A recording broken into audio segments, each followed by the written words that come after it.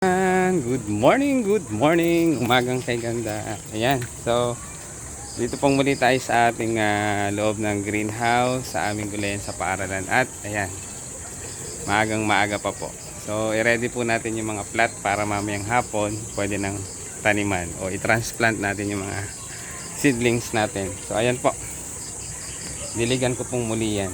Ayan, so yung tatlong plat na na-ready na po natin, diligan po muna natin para mabasa ang lupa, makondisyon para mamaya pwede na nating taniman. So sana po ay panoorin niyo po ako hanggang sa dulo at sana po ay meron kayong natututunan sa inyong lingkod, ang Maestro Panaderong Ganda. Yan, simulan na natin hanggat maaga pa. Thank you for watching.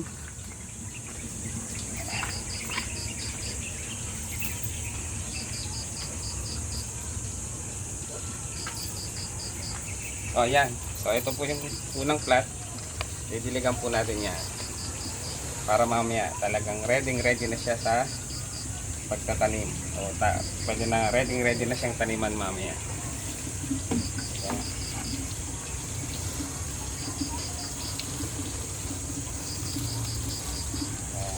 Kailangan po basang-basa talaga siya hanggang manuot yung tubig doon sa ilalim ng lupa o sa plat.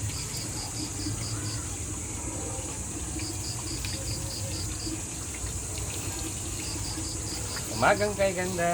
Ayan, morning, God bless us always. Ayan, so ready na po ang ating lupa mamaya, pwede na po siyang taniman.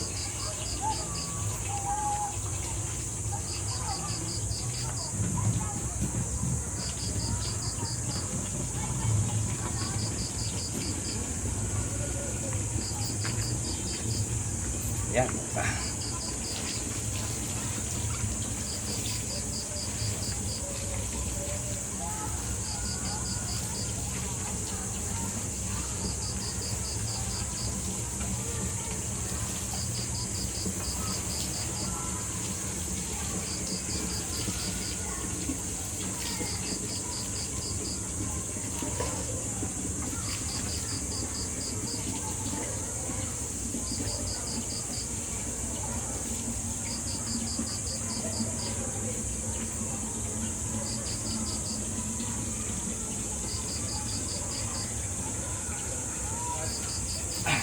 Ayan.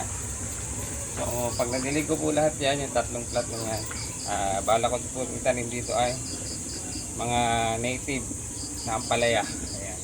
May talong din po na tawag dito intercrop.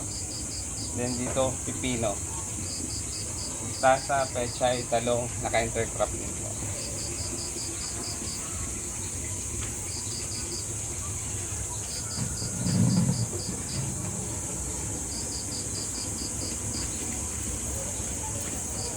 Yan, yung sinasabi ko pong intercrop ay intercropping ang tawag. So, ibig sabihin po, hindi lang isang halaman ang pwedeng itanim sa isang plat. Ayan.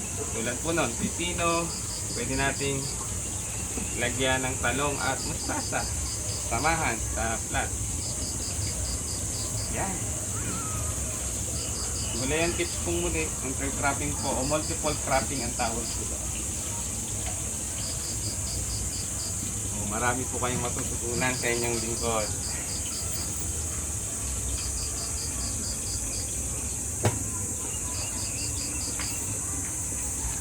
Pinagpapawisan na naman ang inyong lingkod. So marami po kayong matututunan sa inyong lingkod pagdating sa paghahalaman o gulayan. Kaya panoorin niyo po ang aking mga reels and videos.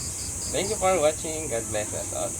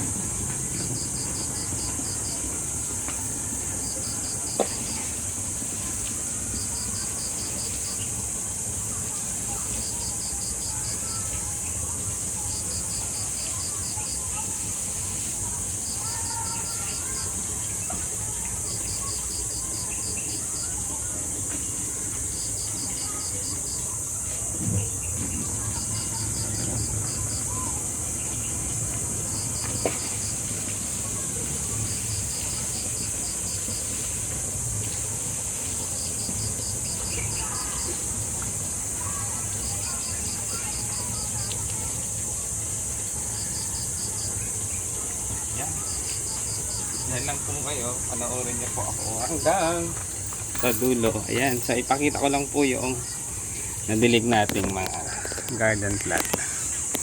Para po mamaya ay ayan oh. Ready na po yan. Yung dalawang plot na yan tapos ko na pong diligan. Para mamayang hapon pwede na siyang taliman or i-transplantan po natin ang mga seedlings natin. Thank you for watching and God bless us always. Tuloy ko lang po yung ginagawa ko. Lagi po tayong magpasalamat sa Panginoon at lagi po tayong mag-iingat. Ito po ang inyong lingkod, ang Maestro Panaderong Galaya nagsasabing mapagpalang araw sa ating lahat at ingat po tayo palagi. And thank you Lord for all the blessings. God bless us always.